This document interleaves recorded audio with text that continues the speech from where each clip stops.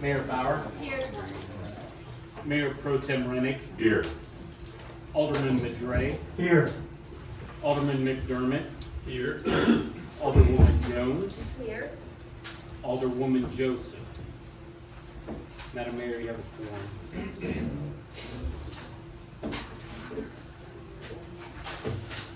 Alderwoman Jones, before you sit down, will you lead us in the pledge? Since you're right there. I pledge allegiance to the flag of the United States of America and to the republic for which it stands, one nation, under God, indivisible, with liberty and justice for all. Under the Texas flag, I pledge allegiance to thee, Texas, one state, under God, one and indivisible. Thank you. At this point is Pastor Rivas. Hi. Pastor Rivas is from Church of the Living God, and he's going to lead us in our invocation. Let's pray. Father, we just thank you for this day, God. Lord, we just thank you for the city of Jamaica Beach, Father. Lord, we just pray a blessing over this city, God. Father, we just pray a blessing over the city council members as well, Father. We pray for just creative ideas, Lord, to just grow the city, Lord, to bring more creative ideas to it, Father. We just thank you for the time, God, to serve, Father. We pray over all the residents here, Father. We just pray for peace over this city, God. We thank you for what you're doing here, God. We just pray, Lord, that you just continue to bless this town, Lord, this city, this small community, God, that you just continue to reveal yourself here to everyone, Lord, and we just continue to just lift this city up, Lord, and we just pray blessings and blessings upon it, Father. So we just thank you for what you're doing. We thank you for just everybody involved, Lord, here to voice their opinions, Father. We just pray that for just wisdom, Lord, and guidance as decisions are made. And we just pray that everything that is just decided on, Lord, is for the benefit of the city of Jamaica Beach, Father. So it's in your name. Pray. Amen. Amen. City council members have a conflict of interest to declare with regard to the agenda? I have none. All right. Okay, at this time, we'll have public comments. Let's see. Ms. Marisol Garza Flores. Yes.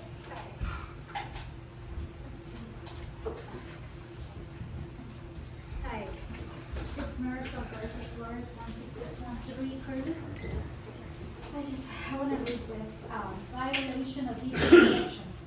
If a law makes a distinction between similarly situated persons, but the distinction bears no relation to the purported objective of the law, then the law violates the right to equal protection of the laws under the Texas and the U.S. constitutions.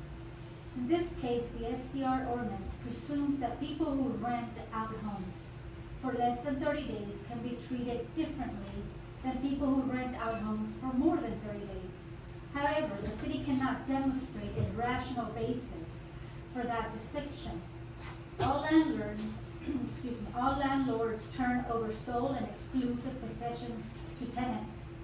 Tenants behave like ordinary residents. There are no data or studies demonstrating that the length of a tenant or occupant stay bears a relationship to the way the tenant or occupant behaves. The city of Austin could show no relationship in the recent Zatari case that invalidated an SDR ordinance. The city of Grapevine has shown no real relationship in a pending case where the homeowners plaintiffs obtained a temporary injunction halting enforcement of an SDR ban. The upshot is that the city of Jamaica Beach should regulate all durations of leasing in the same manner, such as equal taxes or permit fees, so long as the regulation still passes constitutional muster. Thank you. Mr. Jaime Flores.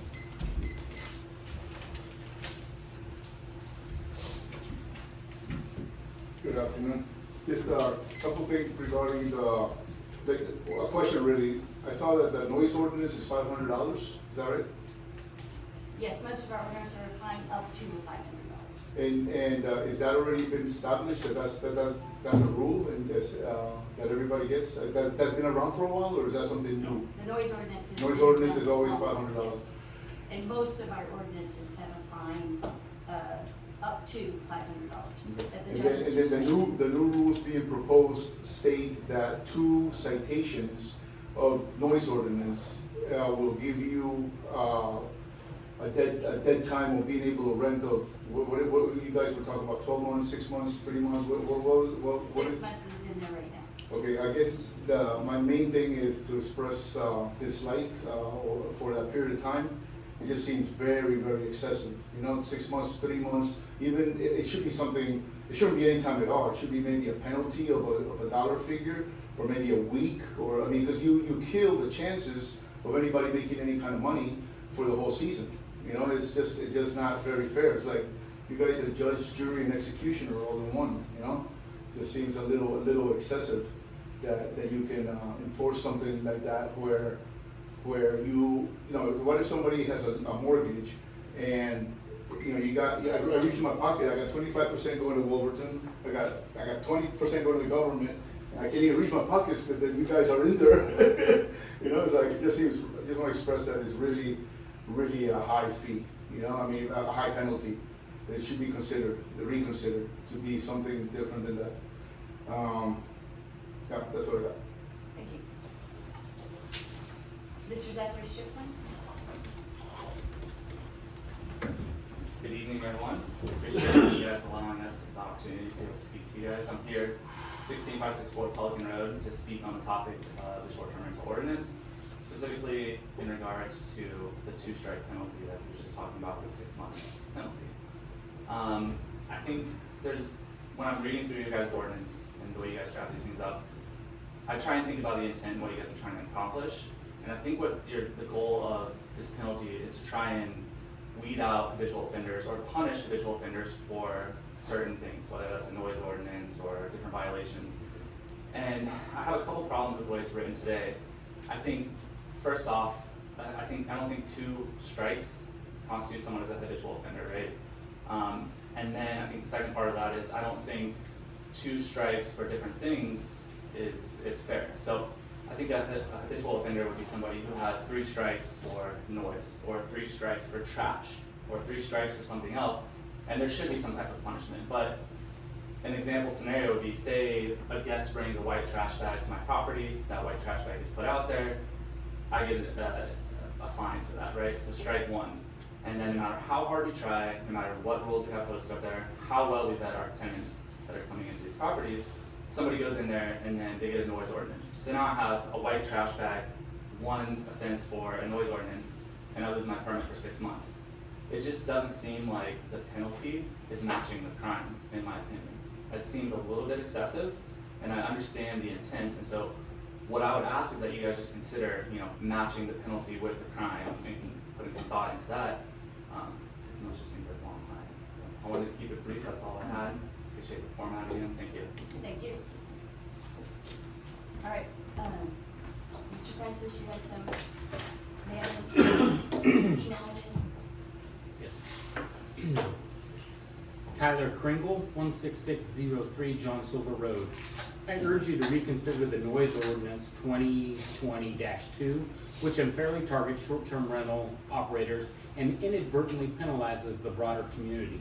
While regulating noise is important, the ordinance's vague standards and arbitrary thresholds create significant challenges for both STR owners and permanent residents. The ordinance's unrealistic decibel limits of 75 during the day and 70 at night penalize routine activities and common tools such as blenders, lawnmowers, and power washers, items and activities essential to everyday life and neighborhood improvement. Construction projects critical for enhancing property values would also routinely exceed these levels, potentially preventing needed community development. This vagueness could lead to absurd complaints such as one against a blender in our outdoor kitchen disturbing a neighbor's nap. Events like Lone Star Rally, known for high noise levels, might render STR operations impractical altogether. The 6-month suspension for 2 violations, often based on subjective complaints, is punitive and risks livelihoods without providing clear enforcement guidelines. For instance, noise from a blender measured at 85 decibels at 1 meter reduces to 73 decibels at 4 meters. Without defined measurement protocols, how will enforcement work? Does this require residents to obtain sound meters to incentivize such purchases with tax credits?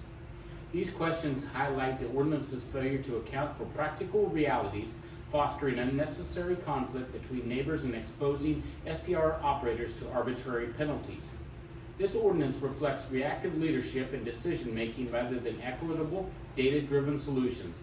This not only exposes STR operators to arbitrary penalties, but also pits permanent residents against each other, fostering unnecessary conflict in our community. Instead of fostering community cohesion and progress, it risks stifling improvements and creating division.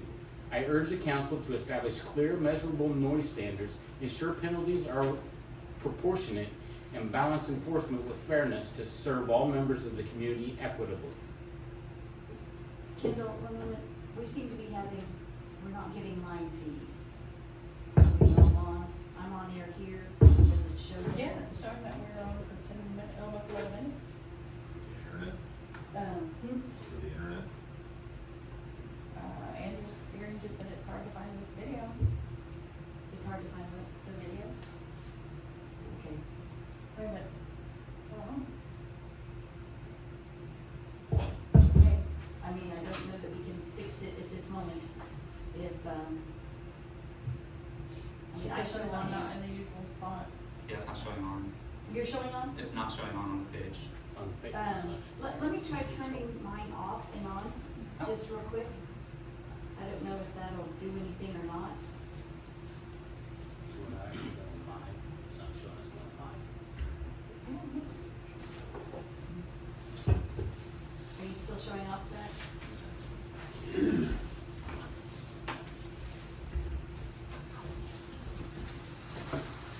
Yeah, it's still showing off.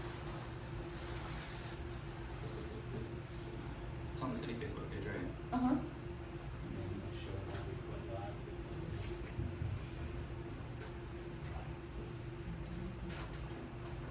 Okay. Well, Soldier on. we might just have to, Oh, we don't know, I think it's on the other account. apologize, one more minute.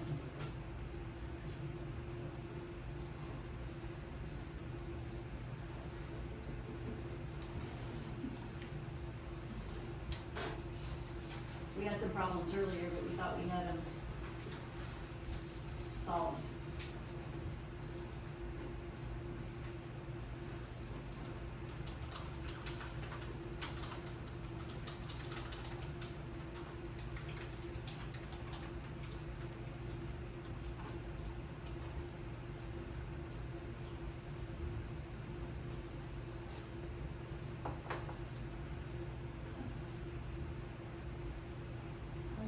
Is it showing? It's showing on there.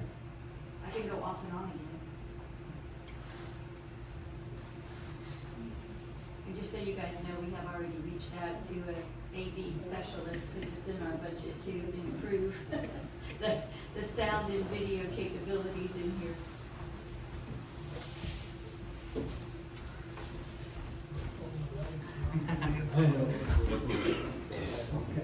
You're right, right.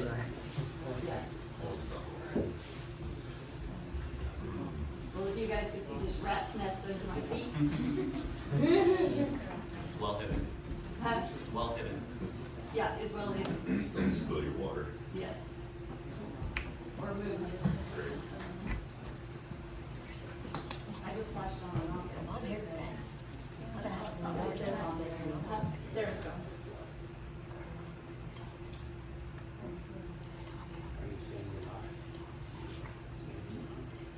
It's on the sorry, now. Can you check it now? Sure. Yep. Yep, it's live. Okay. All right. Okay. Great job, Thank you. If you'll continue. Okay. Deborah Tabbert, 6916 Beachcomber. My comments concern the STR draft ordinance. I appreciate the changes made, but I still have some constitutional concerns. I have sent a separate email to each of you concerning Section A 15 on site inspection. There is an advisory Q&A by a TML attorney based on several rulings concerning a warrantless search by a code enforcement officer. I believe any attempt to inspect will require an administrative warrant. Section M, if your guest is issued a ticket for X violation, they are likely just to pay the citation and be disgruntled because their vacation cost them an extra $500 fine. That payment fine results in a conviction for the individual, but also goes towards a conviction on record for your STR. 2 of them in a 12-month period, and JB pulls your permit. There doesn't seem to be any procedure for an owner to be notified of a violation at their home, nor an opportunity to try and resolve a guest issue before a citation is issued to a guest. We as owners have no opportunity to have due process nor any intervention if a guest just decides to pay a ticket that results in a conviction. This is a problem. Also, there isn't a civil penalty for a non-STR owner if a guest at their home violates the same ordinance. This is a violation of the 4th Amendment under the Equal Protection Act. The state of Texas issues you a driver's license and a registration to operate a motor vehicle. This constitutes a permit with the state of Texas. If you have a friend or family member that receive a couple of citations for speeding in your vehicle and just pays the fine, that results in a conviction. Are you then subject to the state of Texas arbitrarily revoking your driver's license and car registration because of actions of another in your property? The state has no legal authority to revoke your license, permit, or registration permit based on how many citations another is issued or convicted of in your property. Why then would a municipality have any such authority to revoke your permit based on how many citations another person is issued or convicted of? Any attempt to accomplish this by ordinance will likely result in a legal challenge. Andrea Spearing, 16617 Jamaica Beach Road. I would like to thank City Council for removing the cap on STRs and allowing conveyance of the ability to rent. Why does the city insist on a new ordinance without giving all applicable ordinances time to work and weed out the few problematic STRs? I do still have concerns about several issues in the proposed ordinance. If the council is concerned about safety and following the IBC 2018, why not make the occupancy of all homes in JB the same, rental or not? Limiting a 10 by 10 room to 1 occupant seems like overreach. My kids shared a bedroom this size growing up without any safety issues. But for an STR, this presents issues. Many of our older homes are small, and this size bedroom is not unusual. I'm also concerned about the inspection of my home without a warrant. Non-rentals require a warrant to search. Why do I lose this right because I occasionally rent out my home? How will the city know if it's an issue with my family or with a guest? The area of the ordinance about citations and loss of STR registration is also troubling. While I have never had a citation issued to a guest, what protection does an STR have that another resident won't just call and rack up citations on my property to result in it losing its license? Lastly, with respect to the employee dress code, why are all of the specific disallowed clothing directed at female attire? It should include border shorts, muscle shirts, and hats as well. Also, in light of the political climate of today, I suggest the city specifically ban any political slogans or abbreviations on any clothing or signage for employees. Thank you for allowing citizen comments. Cindy Young, 4216 Spanish Main. This registration is crazy. Can you hold an information session to assist people with registration? Linda McDonald, 4413 Pelican Way. I'm writing in reference to the application process for STR. Last year, I painstakingly filled out all the information that was requested. I attached copies and pictures and floor plans. I initialed all the boxes. I submitted 22 pages worth of documentation. This year, the requirements have changed. Now you want measurements of each room. Per last year's application, number 3 states, attach a sketch of the floor plan, including dimensions, of the GCAD living area square footage of the STR. This sketch can be handwritten with estimated dimensions. I drew a sketch and noted the dimensions that were stated on GCAD. Now you want me to supply dimensions of each room. I currently have long-term renter and cannot access the property to measure each room. I do not understand why this information is now deemed necessary. I'm asking that the information supplied by GCAD should be sufficient for the square footage of my home.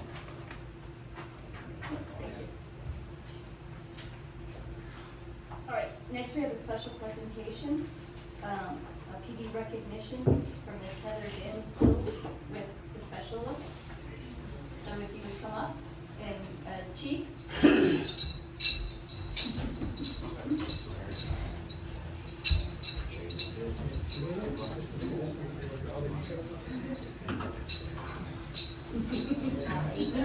He jumped in the water.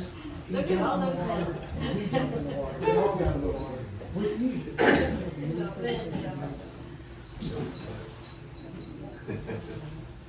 All right, we are here from Special Olympics. I would like Jessica to introduce herself first.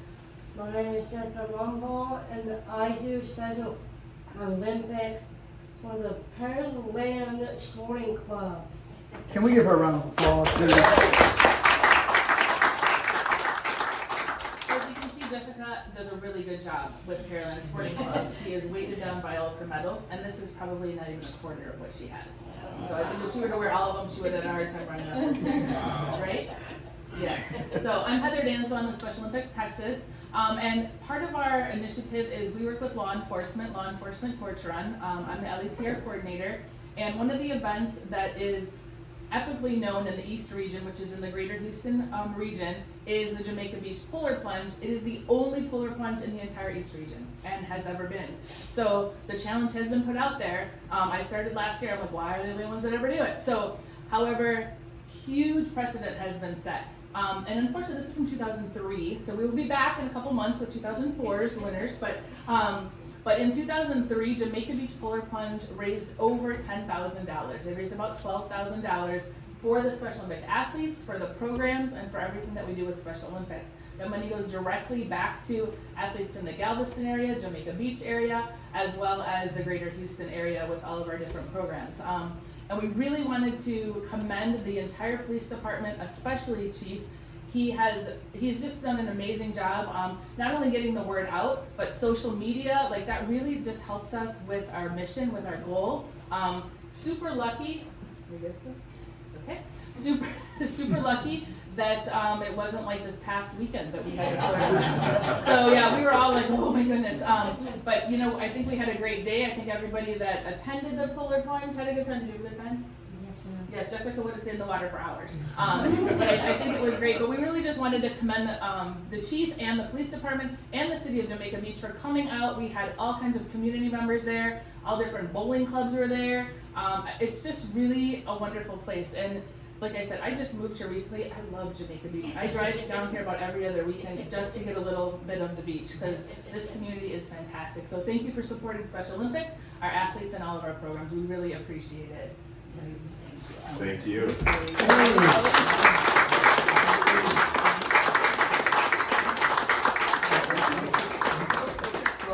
Jessica, can we get a picture with everybody, like, just in the background here? You want to stand right here and we'll get a picture? You know what? We can come down. Stand right there. Can you come down? Okay. Either way. Kendall, come on. Here, I'll take you.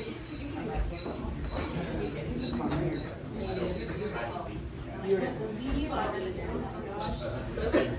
Yes, sir.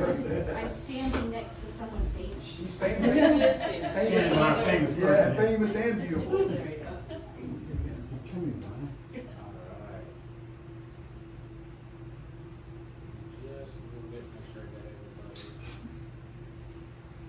Thank you so much. Yes, thank you all very, very much. Honor to have you. Good job, wow, that's a lot of medals. Thank you very much. Right. Yeah, right? Okay, next on our announcements, this Friday night, tomorrow night at 6 p.m. at the Park Pavilion, we have cooking with Chef Casey Benson. You should have already signed up for it, but if you didn't sign up, just come and watch. And then our self-defense class is January 27th on Monday, 6:30 p.m. at Seaside Church. And then next Friday, we have bingo at the Park Pavilion. So anything else, Kendall, to add? I don't think so. All right, next is our report from our city administrator, Kendall Francis. All right, thank you, Mayor. Very briefly, so our 50th anniversary of the city is coming up, and I believe May 24th is the day that we have scheduled that. But in preparation for that, we are looking to make contact with the oldest families still residing in Jamaica Beach. Tina has something cooking in her brain about something special to do with them. So we're putting out that request. Please contact Tina, T. Cifuentes at JamaicaBeachTX.gov, or you can call us here at City Hall and ask for her. If you have, connections with who some of those long-standing oldest families are, and we think there's probably one right here at the dais. and some There's out another there. right here. So, but please reach out to Tina and provide that information. So during comment, there was a lot of talk about STRs. We'll tell you that the new online registration is progressing. We understand it's new and it's a little bit people sometimes don't do new very well, but we have had 180 people that have registered for their role as either an owner, a manager, operator, or a 24-hour contact. We've had over 60 applications that have been submitted this week. We are announcing that we're going to extend the deadline another week. It was February 3rd. I've made the decision, we're going to extend the deadline to Monday, February 10th to allow everybody and allow staff time to breathe and process all those applications as they're coming in. And again, I understand it's new and it can be frustrating, but I'm asking people to please be courteous to the staff. And sometimes those frustrations boil over and they're taking out on staff, and they really are working very hard. They've been working through the weekend, the holiday, the snowstorm, processing these as quickly as possible. And if you do have questions or concerns, or you get stuck in a spot, I've fielded a lot of calls and texts today about I'm stuck in a certain spot. Please email us. It's the easiest way for us to communicate with you. And I have a lot of people say we've been trying to call. We're stacking up phone lines the way it is right now, fielding all these calls. So if you can email Katie Farmer, cfarmer@JamaicaBeachTX.gov, or Pam Josselett, it is P Josselett at JamaicaBeachTX.gov. That's going to allow us to keep a paper trail so we know who we reply to, and I think a lot of people have some of the similar questions, so maybe even some cutting and pasting in our replies. But please be patient. Are we gonna try to make a video? And we're talking about that. We were talking before that we may try to make an instructional video to show how the register that we could put out, and you can follow the step-by-steps. We do have step-by-step instructions posted out there. And we did just update those today? Yes, they were emailed out, and I haven't put them on the website yet, but they're emailed out. Okay. So So if you were struggling with the I'd instructions like to see before, it, so if you get them on the website, I'd I'd like, we can, you can try again with the updated instructions. I'm not very computer literate, but I was able to follow through and be able to do it without many problems. So, a reminder: the last day to file for local office is February 14th.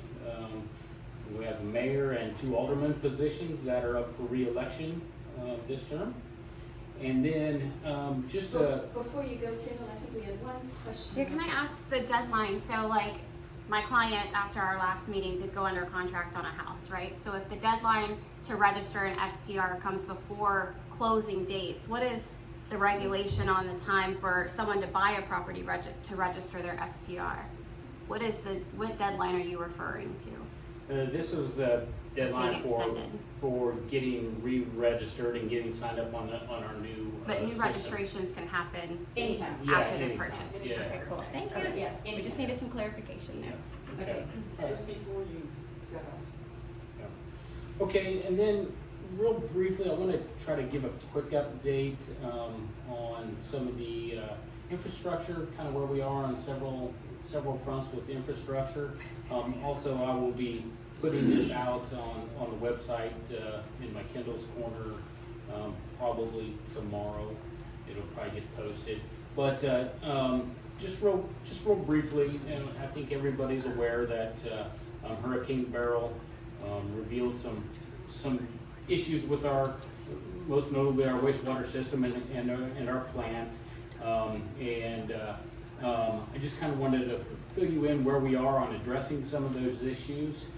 First of all, the wastewater treatment plant, I think it's been pretty well known that we have, branch construction is completing the rehabilitation of I'm calling it the West Clarifier, and that was damaged in Hurricane Ike and has been inoperable since that time. So they are actively completing that, very close to having that clarifier up and running, which is going to allow us to drain down the east clarifier and start cleaning and long deferred maintenance. That obviously it's been in service as the sole as the sole part of the plant for 17 years, and so that's great progress. But we've also kind of in tandem, we've contracted with Lynn Engineering to do engineering design for a project to upgrade the electrical wiring and the controls at the wastewater treatment plant. I think as you remember from Barrow, we were on generator power for an extended period of time, I think roughly a month, and that had to do with the antiquated wiring and controls, plus the generator that was undersized. So part of that will also be the installation of a new auxiliary generator. And so that progress, that is moving forward. Lift stations, since my arrival, actually since basically 2023, 6 of our 7 lift stations have been completely rehabilitated. The only part that is left to be done is adding or updating a call-out system for each of the stations. But that is something that we've added to the scope of the wastewater treatment plant project. So that will be coming in the next year. I would like to think we would have that installed within the next year. One of the things that we realized during Barrow was, and we've known this all along, but it was emphasized, is that when we have storm surge, high tide, heavy rain events, our wastewater collection system gets inundated with inflow and infiltration. So whether that's storm surge or rainwater, it's getting into our system and overwhelming our wastewater treatment plant. When it's storm surge, that's salt water that completely disrupts all the biological processes within our plant. And we know that the main culprits is with our manholes. Several of them are at sea level or just below sea level. You drive around, you'll see them in our open drainage ditches, so when we get any high rain event, high tide event, we feel certain that water is infiltrating through those manholes and maybe other orifices within our collection system. One step that we did take is that we use closed circuit television to camera the entirety of the system south of 3005, so basically along the beach. In doing that, we found multiple manholes which were buried, completely buried under sand. At this time, I think we've raised 3 of them to kind of get them up and to prevent future flooding. We also found uncapped service lines which had been, they were probably from either broken or abandoned, quite possibly from Ike. From homes that are no longer exist, or storm surge over time has broken them and was basically a direct funnel to the Gulf coming into our system. So those have been repaired. We also found a broken sewer main along 3005 that has been repaired. So these were obviously funneling water into our system. But we know that we still have a vast problem. So we have begun working with a consultant that Alderman McDermott made us aware of. His services are free, And for at least for this first part, he's put us in contact with the Texas Water Development Board, which has they fund a program called AMPS, which means an Asset Management Program for Small Systems.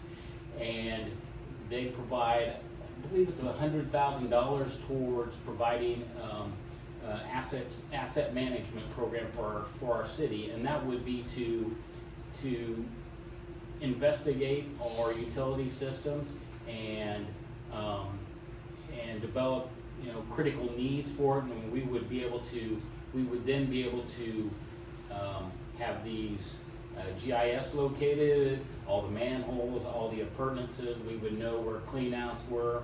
We would have a physical evaluation of each of those manholes and a recommendation as to how we would best repair or maintain them, whether it's a full replacement or possibly just as simple as a lining to help prevent water infiltration. So that is something we are.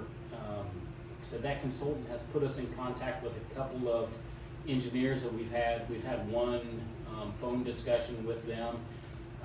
We have another one scheduled for next week. And so these are preliminary talks, but we do expect to have to put out an RFQ for engineering services for someone that can come in and give us an expedited evaluation of our collection system. Now, we understand that hiring a consultant is not always, maybe a cost-effective route, but we've come to realize that this problem is far greater, bigger extent than we initially realized. We knew we had some issues, but we did not know the true magnitude of the problem. And quite honestly, we don't have the staff with the expertise to be able to inspect these and make those kind of determinations on the best ways to move forward. So I do believe that eventually we will be coming back to council with a recommendation on quite honestly, to spend money to put together an asset management plan for this critical infrastructure. And then probably the last phase is the water line projects. We know that we've completed a couple of projects since 2023, I believe it was, June of 2023.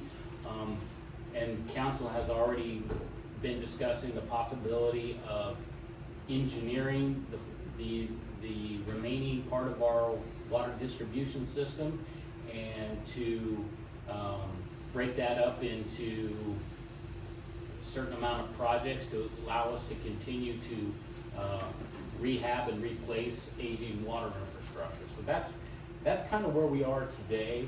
And like I said, I'm going to put this out in a form that's easier to read and understand, but I did want people to realize that we are making significant progress towards repairs, but it's timely, or it takes time, and like with everything, I say it moves with the speed of government, but I do think that pace has increased dramatically with this council. They've made it a priority and they're acting on it. So. All right, thank you. Did you? Question, apologize, my voice is going out. So I have personally called on TCEQ and EPA. Has the city of Jamaica Beach considered taking out a low interest revolving line of credit with the state to fix the infrastructure? And then once it is fixed, to have Galveston come in and annex that for us? Has that been a consideration?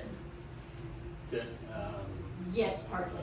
I've actually reached out, not really annexed that. We've actually had conversations with Public Works in the city of Galveston about what would it take.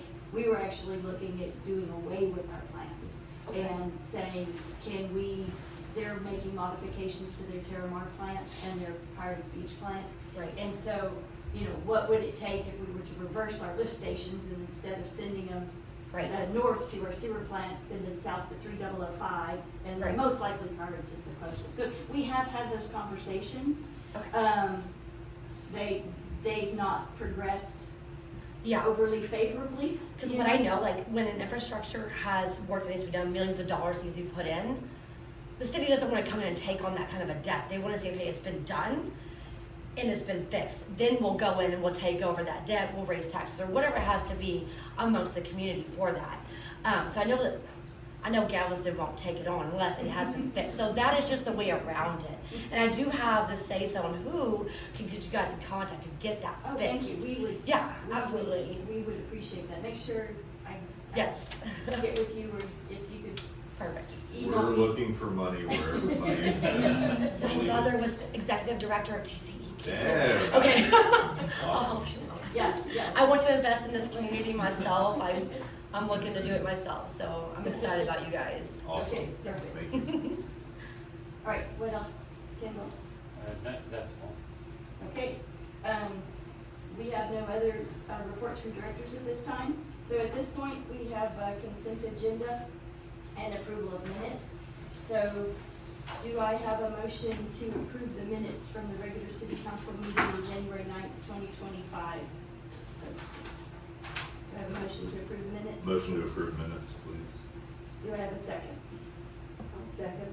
Okay, all in favor of approving the minutes from the regular city council meeting on January 9th? Okay, I think we've all reviewed the personnel policy. Do I have a motion to approve the personnel policy, section K9? I'll make that motion. Okay, do I have a second to approve the personnel policy? I'll second. Okay, all in favor of approving the personnel policy, section K9, personal appearance? All right, thank you.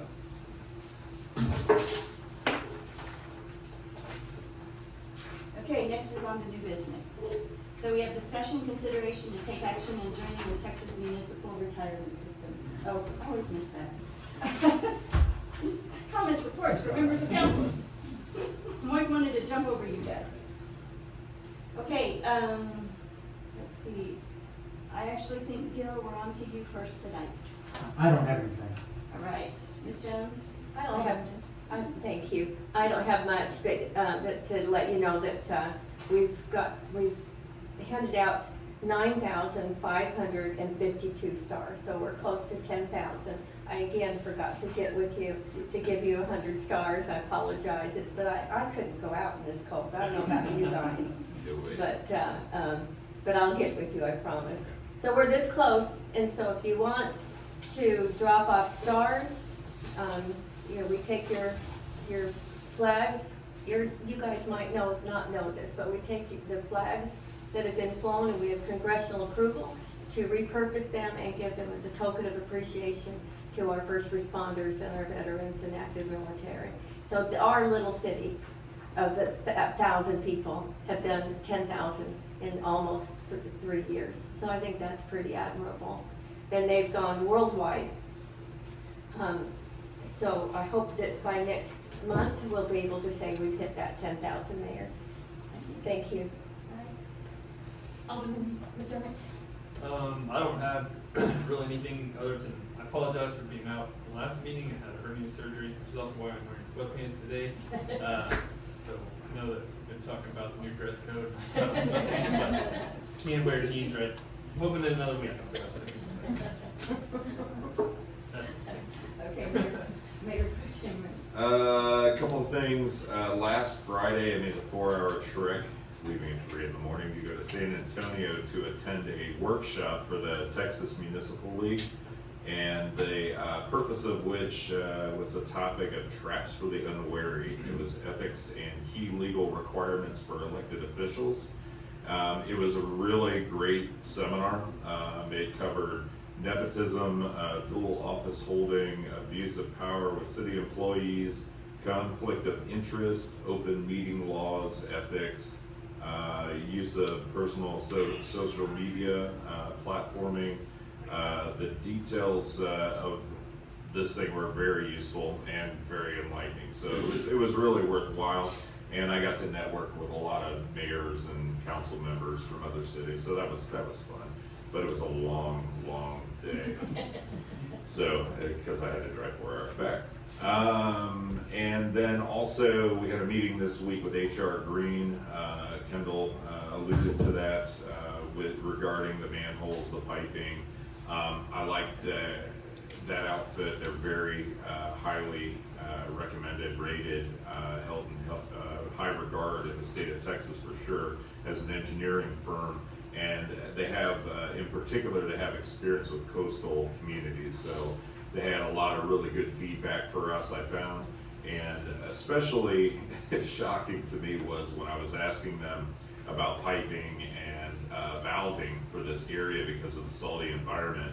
You know, they had made comments that the lifespan of most of the valves and piping is 3 to 5 years, right, before they need to be replaced. So if you can imagine, a lot of our valves haven't been even looked at in 30 years.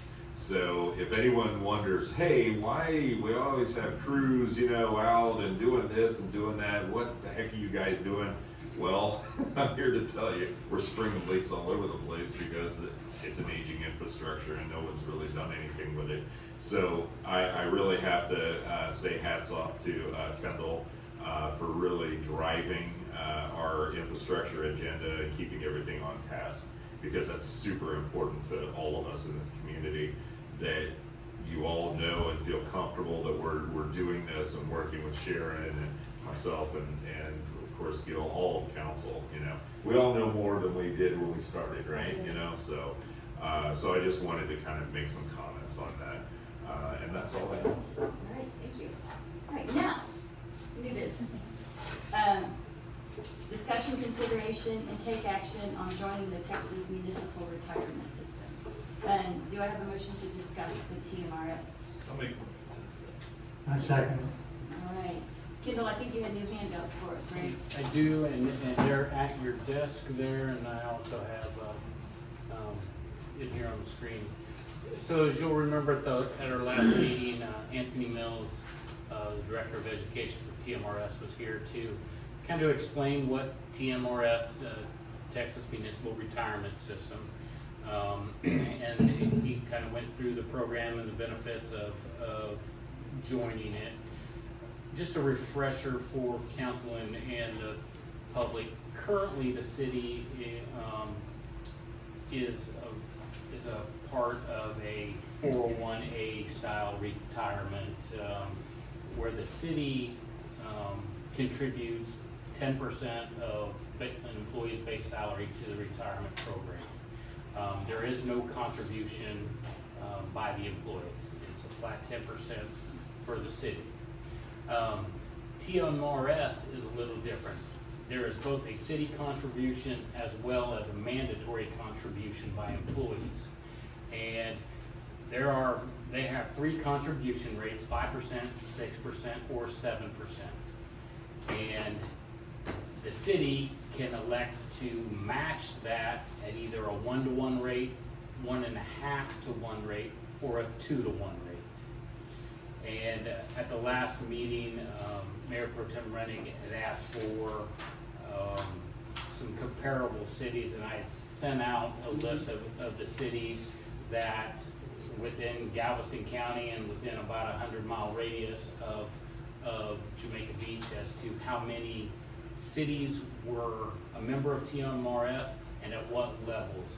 And there was, it did vary from the 5 to 5, from the 1 to 1.5%, 5% to 7%.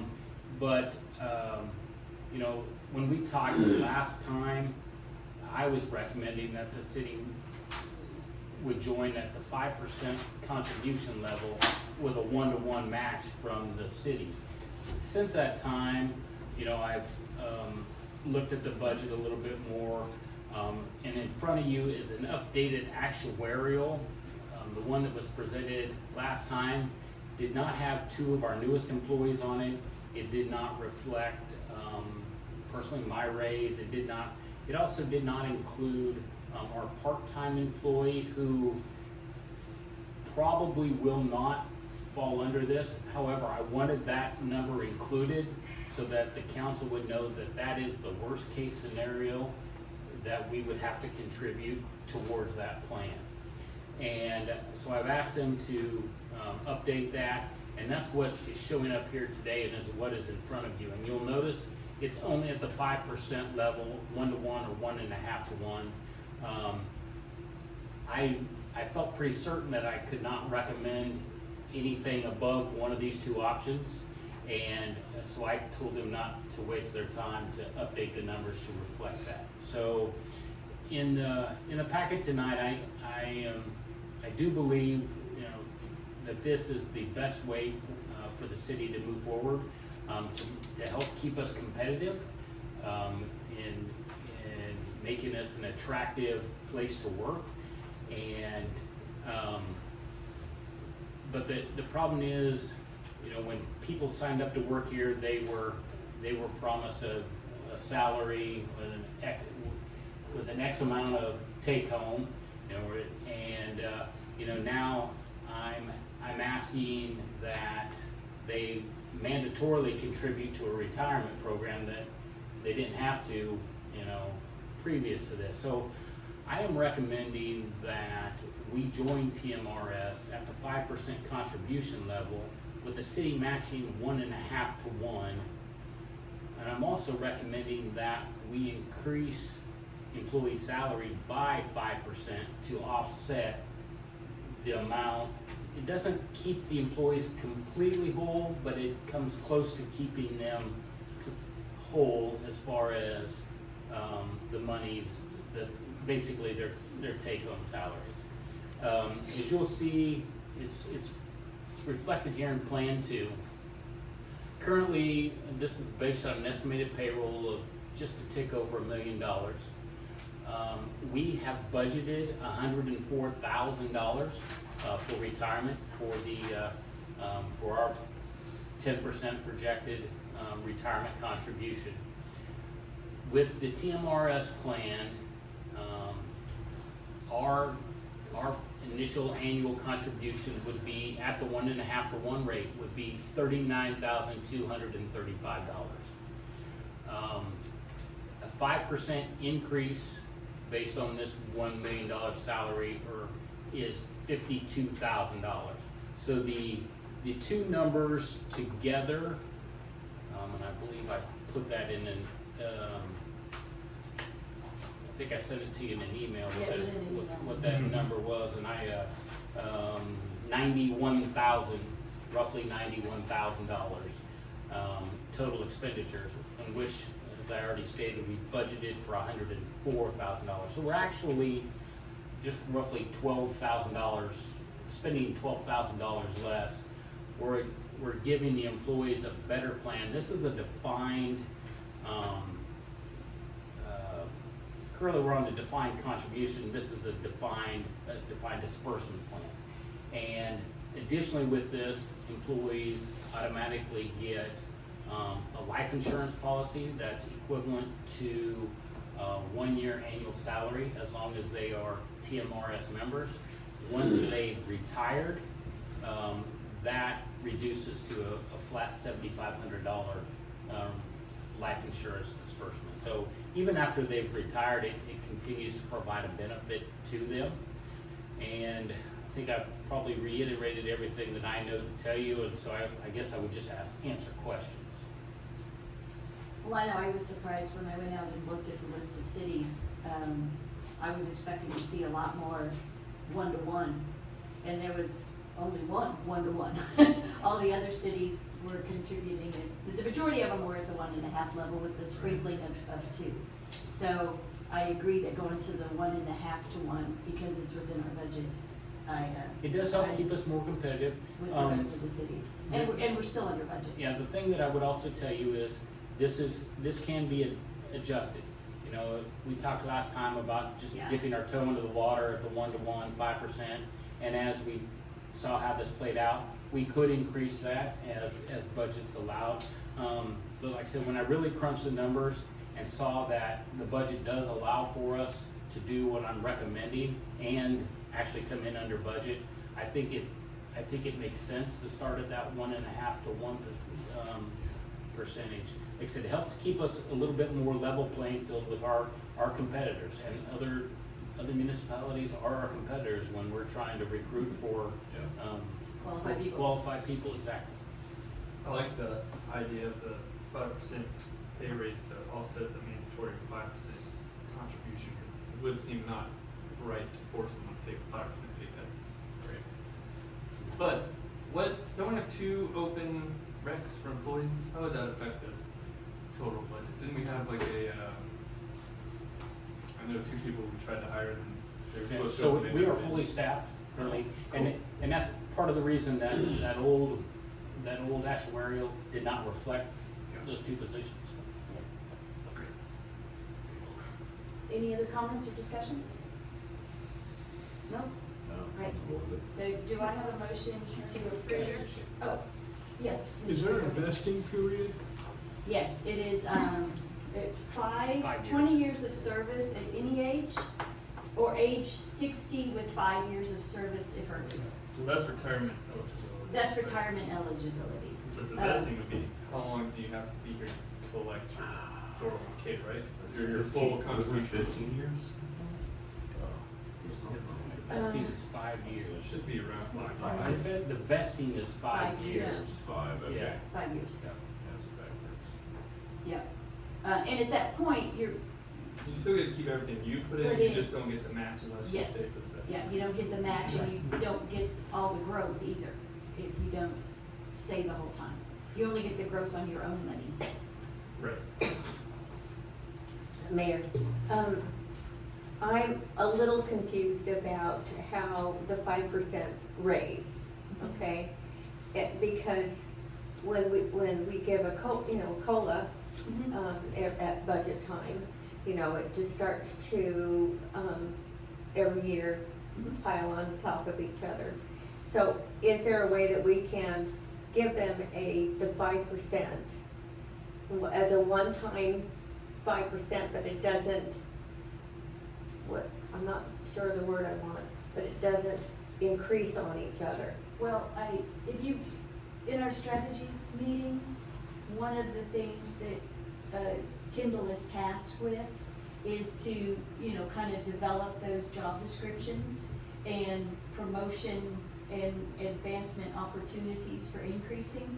So I think as part of that, we are gonna have better brackets around our jobs and the pay that job would get, so that. There's a ceiling. Yes, Yes, there'll be a ceiling. So that's one of his deliverables in the administrative portion of the strategic plan, is to further do that. So I think that's gonna be captured in what we're attempting to do with overall personnel management. So that certain things have to be accomplished and your job has to grow in order for you to exceed past that cap. Okay. Yeah, unfortunately, we're all bound by money, so as much as I'd like to give everybody a raise every year, sometimes that's not practical. Yeah. Unfortunately, that's part of being in public service, that's sometimes a drawback versus the private industry. So I think, I understand where you're coming from, but I think it's embedded within what we've tasked Kendall to do in our strategic plan.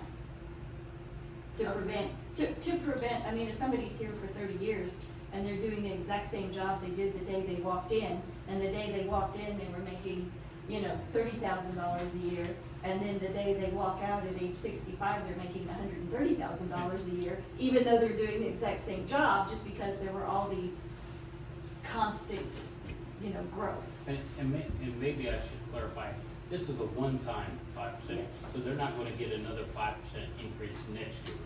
This is a one-time 5%. Yeah. Where does the 5% sit in the budget? It's all reflected in our retirement monies right now. We It's have in the put 104, the $104,000, so the 52. just 5%. The 5, To make it, give them the quality. yeah, we're reallocating the monies that are budgeted for retirement. Part of it will still go to the retirement, the $39,235, Yeah. and then the $52,000 will be reallocated into that salary line. And that includes the 5%. Yes, sir. Thank you. All right, any other discussion or comments? All right, do I have a motion to approve joining the Texas Municipal Retirement System at a employee contribution rate of 5% with a 1.5 to 1 city matching. Do I have a motion to approve? I'll make a motion to approve as stated. A second. All right, all in favor of joining the TMRS? All right, thank you. Okay, next is discussion and consideration of proposed changes to the short-term rental ordinance. So, Kendall, if you can. It's okay, I'm just gonna kind of take us through it a little bit. And, I think the definitions are what they were before, other than suspension. So if a registration number is suspended, what that would mean is. Where are you? I'm sorry. Oh, page 2. Mayor, you need a motion Oh. to discuss. Do I have a motion to discuss the short-term rental ordinance? I'll make a motion to discuss. Do I have a second? Second, please. Okay, I'm sorry. Jumping at it. Yeah, so the whereases are pretty much the same as they were before in the old ordinance. So if you'll go to page 2, Kendall.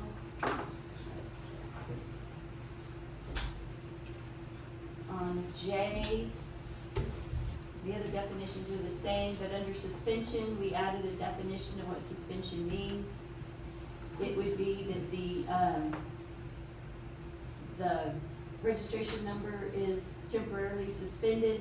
That means it's delisted from the platforms we have an agreement with. And the owner may honor confirmed bookings for 30 days. And then after that, the owner is responsible for canceling any other bookings within that 6-month proposed suspension, or whatever the suspension time is. So, that's a new portion. We felt that, that the owner needed some time to honor bookings. Wasn't really fair to a poor tenant that, they get a notice that, oh, you're supposed to come to vacation tomorrow, and by the way, I can't rent to you tomorrow. So there would be a time frame for the owner to work with those bookings. Then the other thing is, in the old version, the version we proposed last time, if you'll move on to M, qualified bedrooms. We had in there previously that it had to comply with the latest approved International Building Code. But doing that, I kind of had this aha moment after the fact. There's a lot of our homes that have high windows because that was allowed in the old building code. But now in current building code, you have to be within 36 inches of the floor, I think it's 36 inches, in order to meet egress requirements. So that would require people to be ripping out long skinny windows in the room.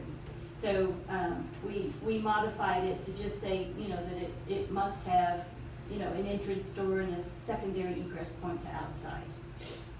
And then that small bedrooms shall only have an occupancy of 1. And that our bedrooms must comply with the city's flood mitigation ordinance. So then the other thing we did is under short-term rental registration and application, a little bit farther down there, Kendall. Mayor, and I don't know how you want to handle questions from do you want questions from the public at a defined place or as we go along? If somebody has a question, jump in and ask. Okay. I hadn't seen any hands raised, but if I did, Sorry, yes, so, And could I ask that you would state your name so that I can Yes. minute this, please? my name is Clarissa Woodward. Yeah, I had you. Oh. And until we can hear you better, I'm sorry, but could you come to the podium? The minimum bedroom size is like 70 square foot now, so why do we need 100 square foot minimum? That's kind of what we've been practicing. If it is 70, But the we code can. changed, like a couple years ago with the minimum bedroom requirements. So even now, new construction, they're building 9 by 9. I think that's whack, but, I don't think we should require bedrooms to be bigger or more than it is. Okay, thank you. Noted. And a follow-up to that, our maximum occupancy says 2 persons per qualified bedroom. And now we're saying that you can have a qualified bedroom of 1 person. Oh, okay. And that just sounds hard. Yeah, we'll have to clean that up. That's what they're saying.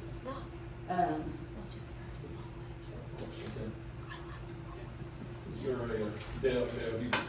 is there a minimum square inches of the secondary egress point?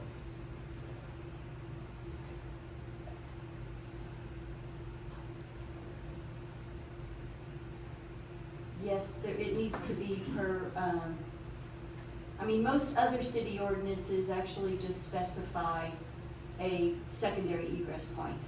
But then the other ordinances usually have inspections, requirements, where it has to meet the code that it was built to. So, on egress points. Window has to be operable, and this window needs to be a certain size so a person can get through it. Yeah. Certain size, certain distance from the ground. Right. But old code didn't require a certain distance from the ground. So, I don't know, we could seek more input here on what that's, I've not done much research.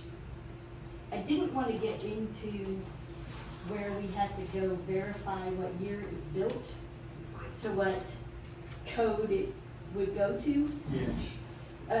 So I'm very open to suggestions here on defining a minimum egress point. Because I know current code is larger than it used to be. I just don't want people burning up in houses, so whatever is the best way of addressing it, is fine by me.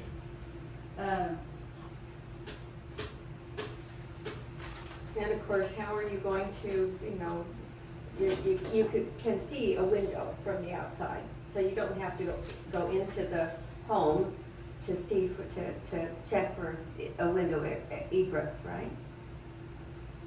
Right. Well, no, there could be bedrooms in the center of the room. They could have added walls in the center of the house. Well, that's where we're gonna disagree. And the center of the house could have no secondary egress point. And they could have closed in an attic and no secondary egress point. That from can be determined during the inspection, right? Yeah, a closed in, closet, they could have closed in a closet, they could have closed in a. Well, ideally, they're gonna provide drawings, so they would put the egress points on there. Yes, yes. Yep. And it typically shouldn't require an inspection unless the number of bedrooms they're stating doesn't match the number of windows we can count that would logically be attached to a bedroom. So, anyway, okay, we will look at how to define the size of the egress point, because it changed over time a lot. So, I'll be open to suggestions.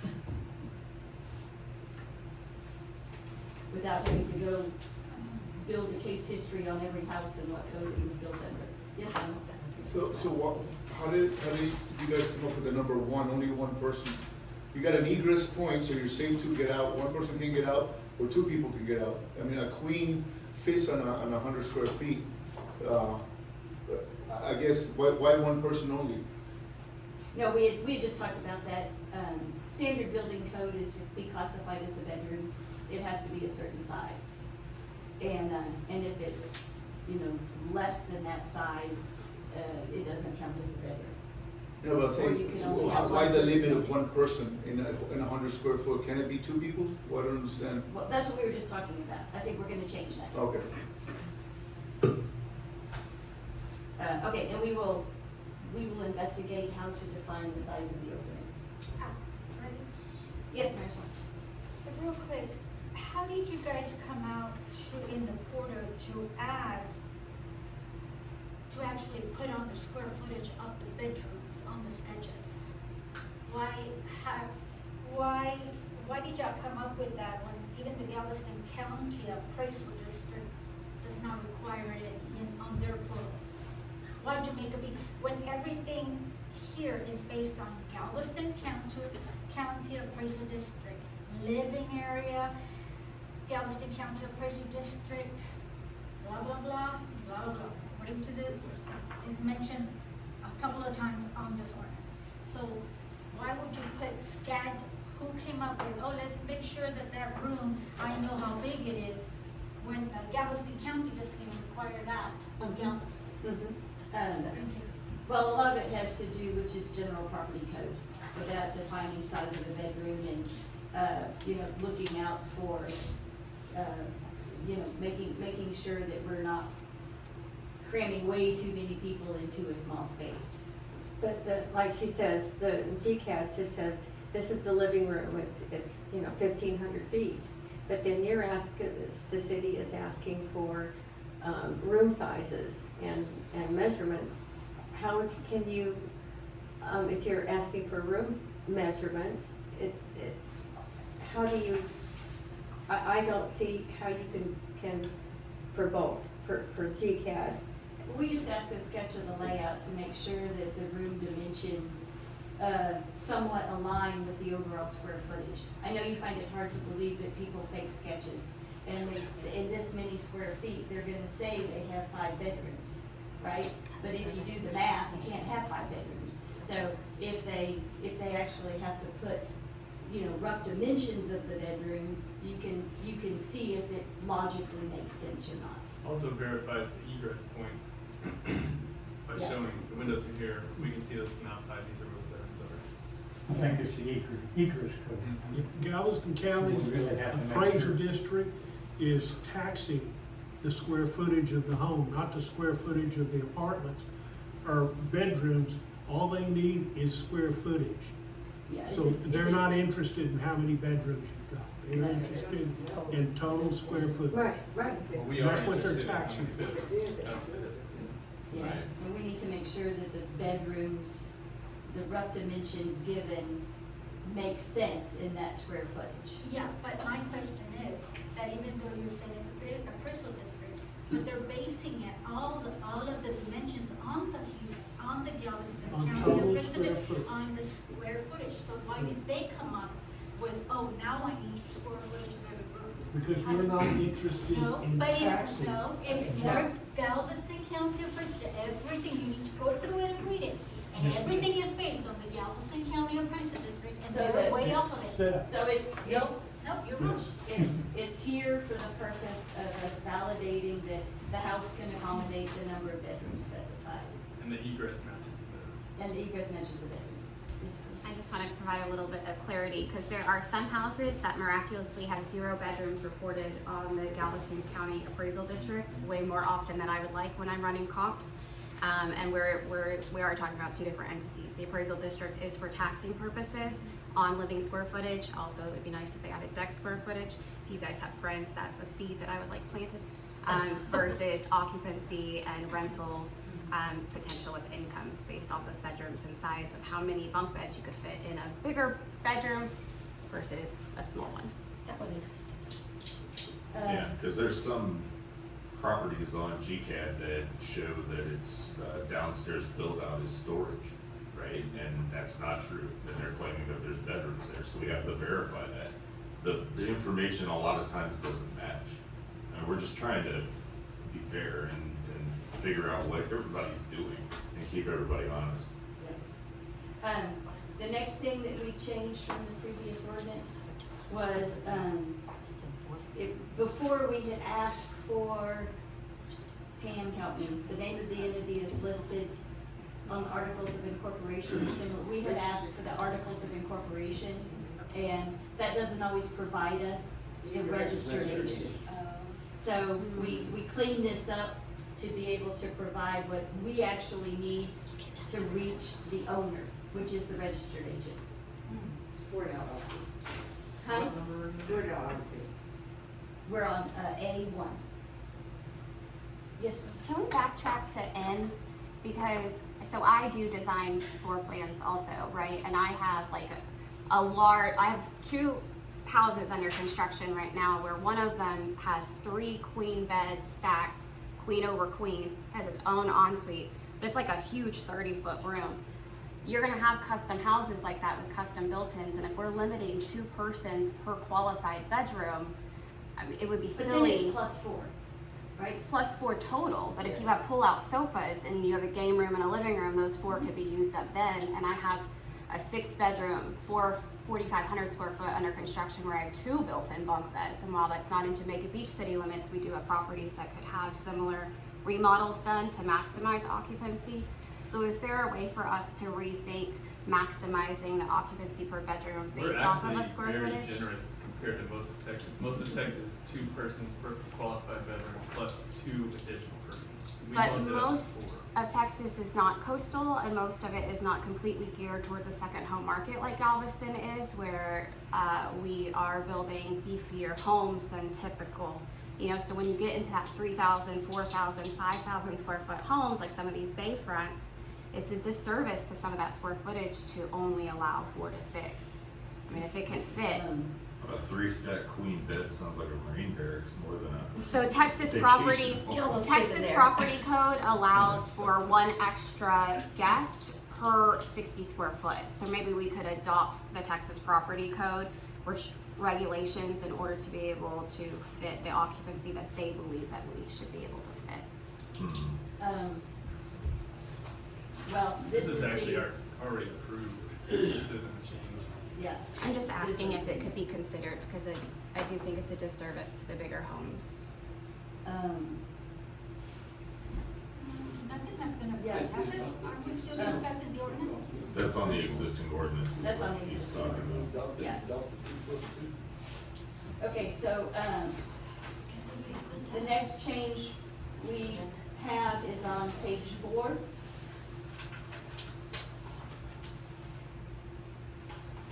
And,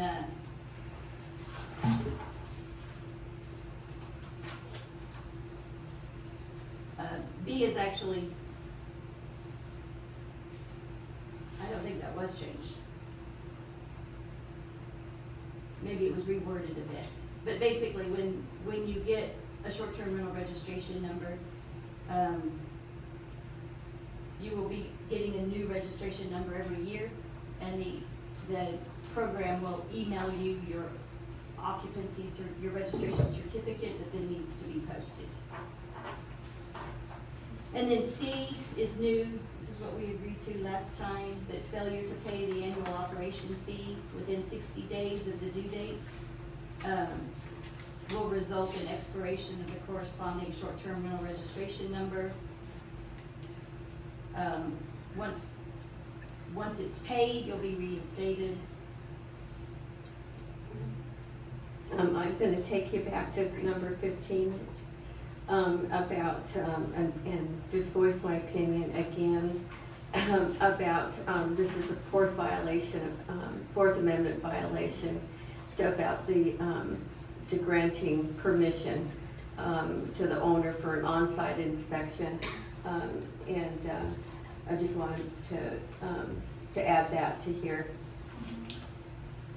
We've had lots of conversations with legal about this, and by applying for a registration number, you basically consent to having your home inspected as needed for compliance. Well, but then there's contract law that, and search and seizure, the 4th Amendment that doesn't agree with you, Mayor, but, So why don't we, I mean, make it a condition, you can't get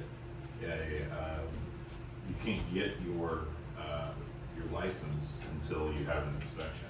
That way you give them the choice. They can either get the inspection ahead of getting a permit, or they don't get a permit. That way we're not forcing them to have an inspection. They can not have an inspection, they just don't get a permit.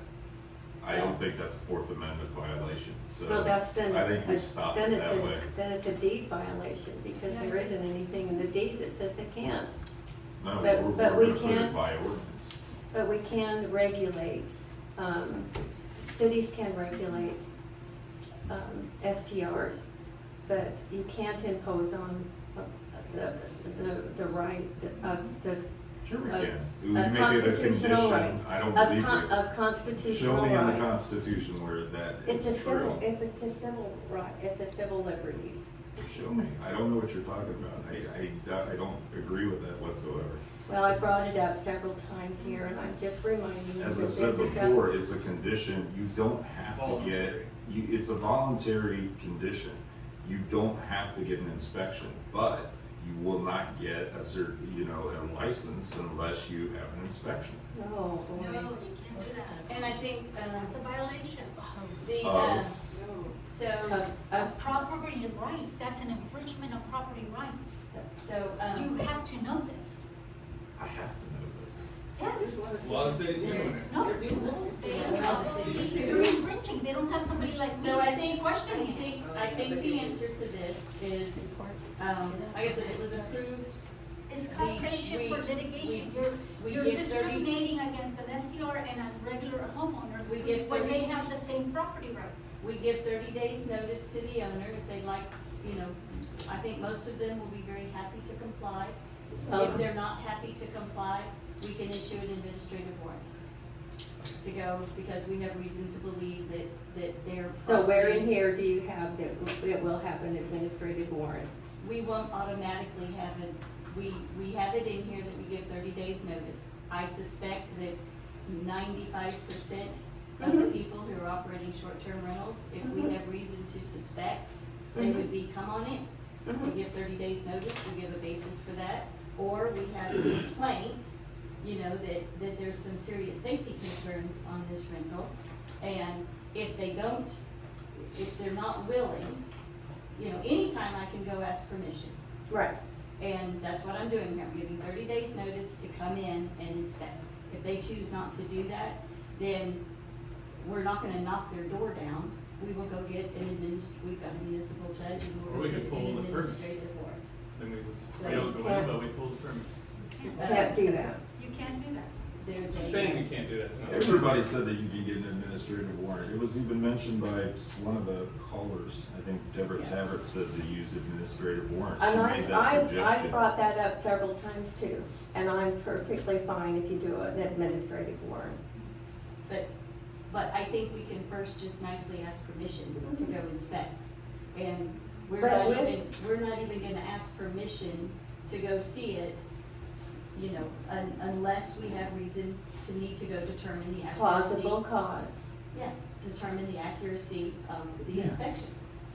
It makes the test of reason, that the steps that we put in place are common sense things.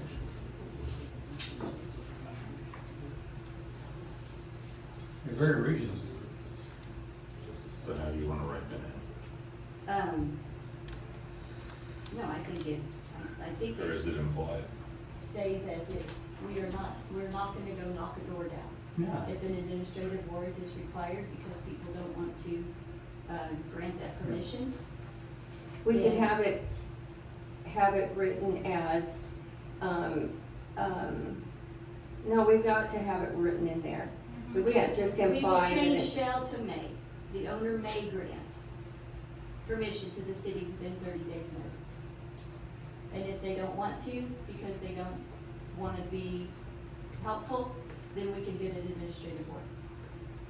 Okay, and if they don't agree to it, then to add that that the city will get it in, with Right. plausible cause, we'll get an administrative warrant and write that in there. I'll visit with legal about it. I don't think that's necessary. I think we just need to say the owner may grant permission to the city. If they choose not to, then our recourse to that is to get an administrative warrant. If they disagree, but that's the point, is you're not giving them owners may not know that they have their Fourth Amendment rights and they can disagree. It says the owner may grant, doesn't say he shall. Okay. I And I still will- think we need to add that to here. I'll visit Okay. with legal if they think that adds value to it. Okay. She raised her hand first. So, just in the couple of times that I've watched, there are city council members that have some very strong feelings about STRs.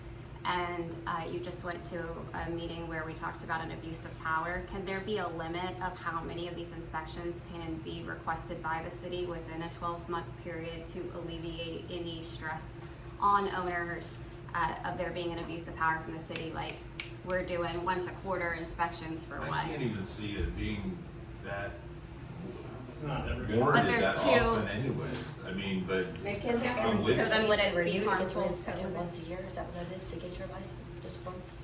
Is that how it goes? But if there's, Go ahead. What do you got? I'd like to see if Councilman Jones can define the difference between a search and an inspection.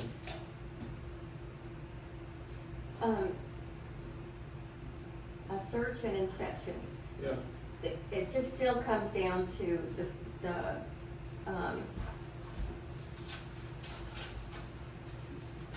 the Fourth Amendment. Can you read the Fourth Amendment? I can look for it. I believe it says it's unreasonable search and seizure, okay? The city is not asking to search anything, they're asking to inspect.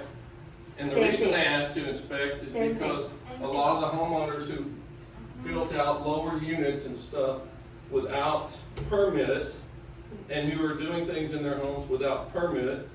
What about when you change the structure of your home, change the plumbing, and you're required to have an inspection by a licensed person from the city to make sure that that inspection is coded?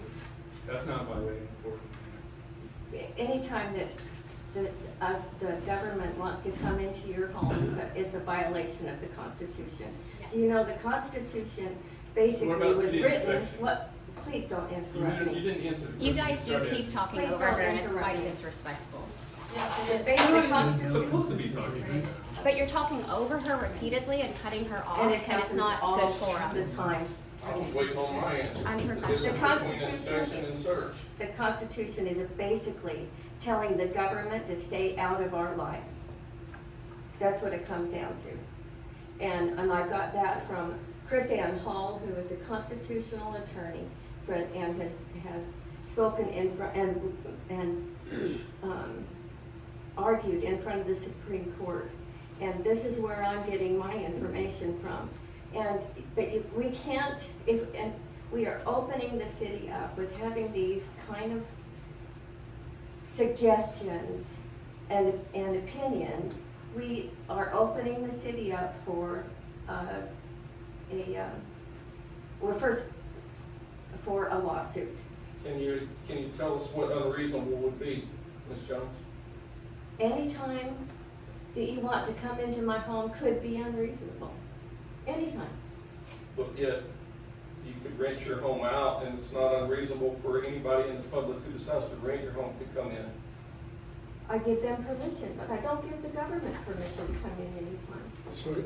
okay, so I am going to change this to the owner may grant permission to the city, and I'm going to visit with legal if it's necessary to put in that alternatively we will seek an administrative warrant to access the home, If I'll visit with necessary, if legal. necessary. if necessary. Mhm.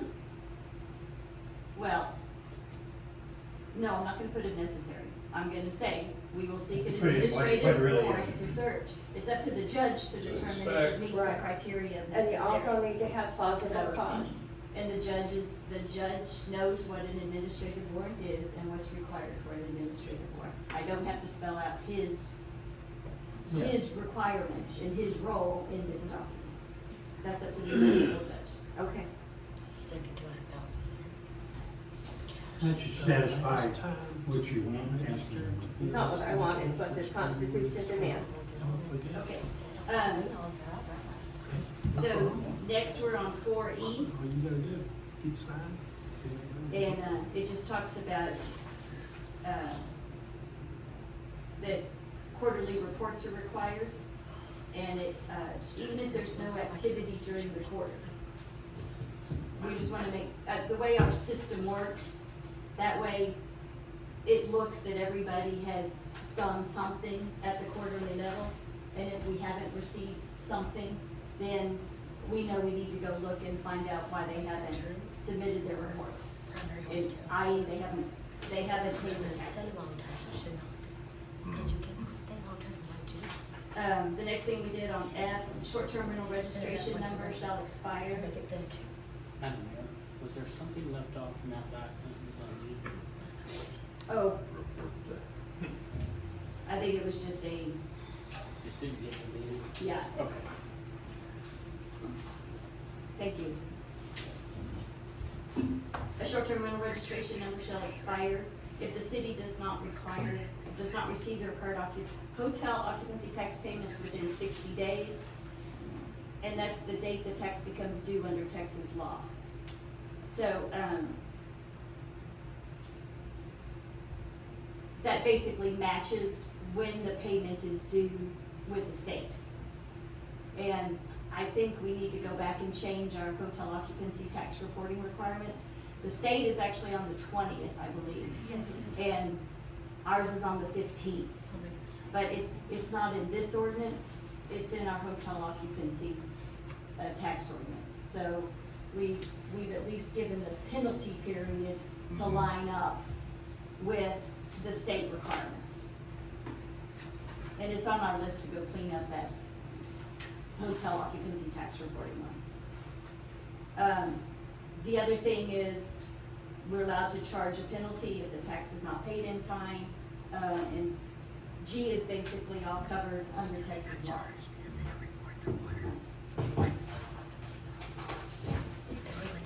Moving to page 5, K is a new point. A new short-term rental registration number will be issued upon renewal and/or expiration. So you will get a new number each time, and that just, it helps in our system know that you've renewed. And then under M, this is where we're talking about the 2 or more citations are issued over 2 separate occasions. Mayor, Mhm. L and M contradict each other. I mean, L, it says 3 total violations, M says Well, 2 or more citations. I'm confused with okay, this. so under L, that's 3 total violations of the short-term rental ordinance. So if you are renting without registration, if you're advertising more occupancy than you're allowed, those are more administrative violations Okay, of this ordinance. okay. And that's the same as was in there last time. Mhm. That hasn't changed. Yep. It's just the ordinance you're violating has changed. I mean, it's the same stuff, it's just this is a new number, once this one gets approved. So that's why those XXs are in red. Then on M,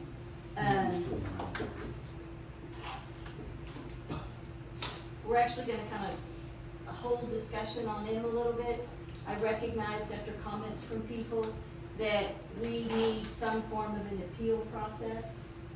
Thank you. And, so gonna go, there's some good language in the New Braunfels one, there's good language in the Fredericksburg one.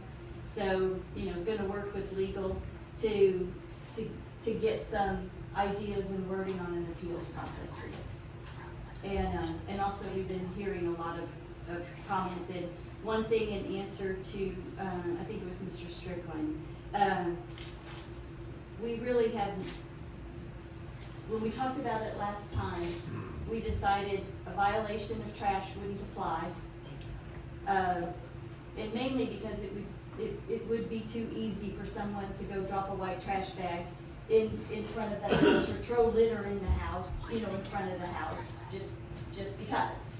So that one couldn't be clearly tied to a occupant of that particular house. Same with parking.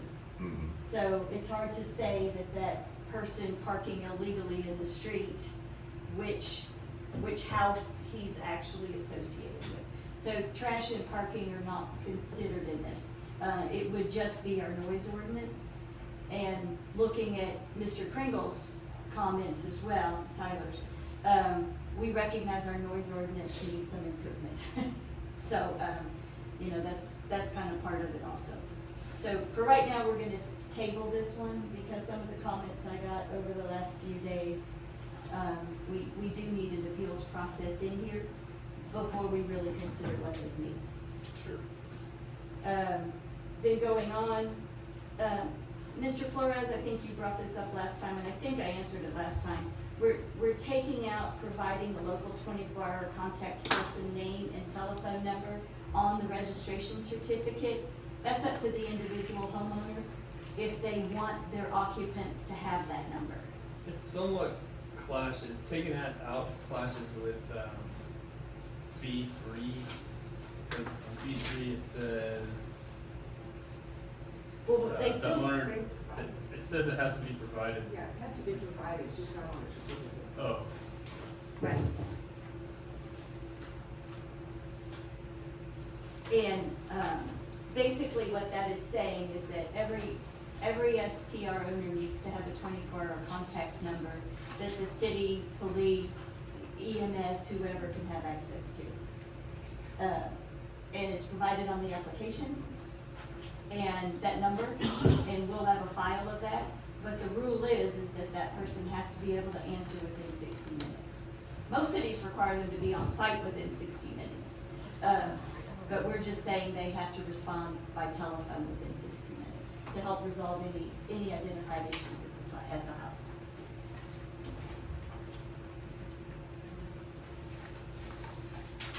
And then,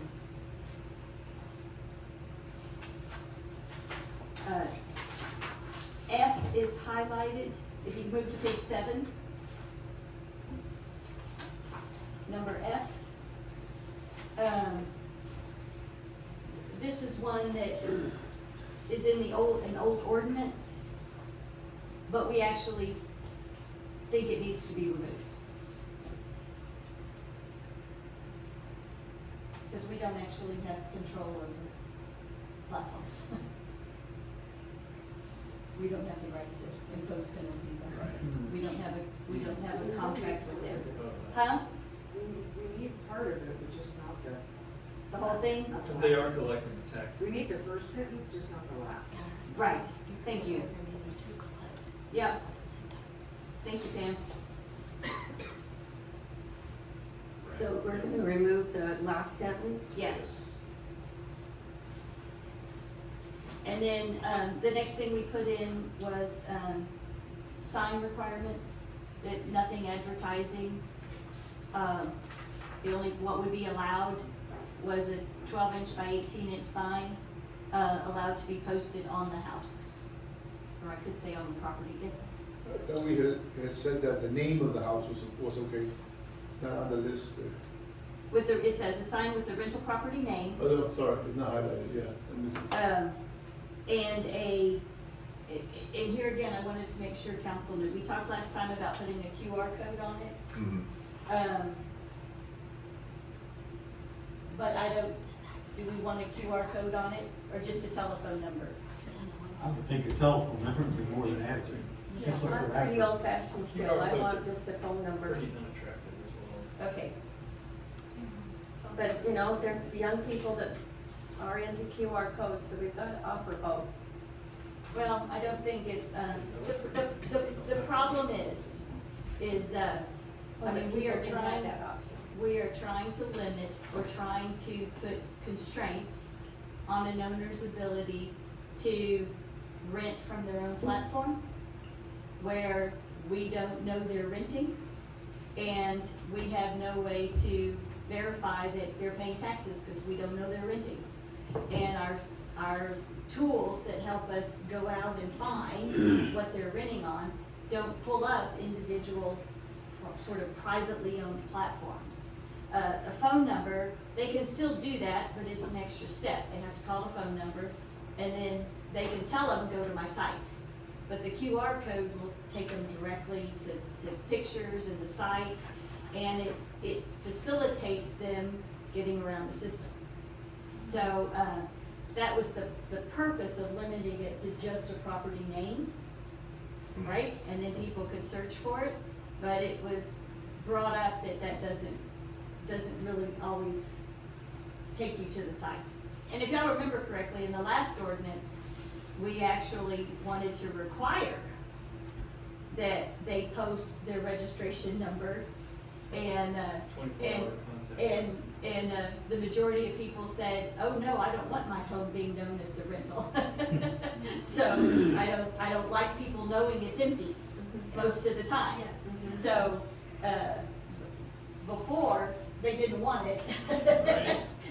And now they want everything plastered on it. Yes, honey?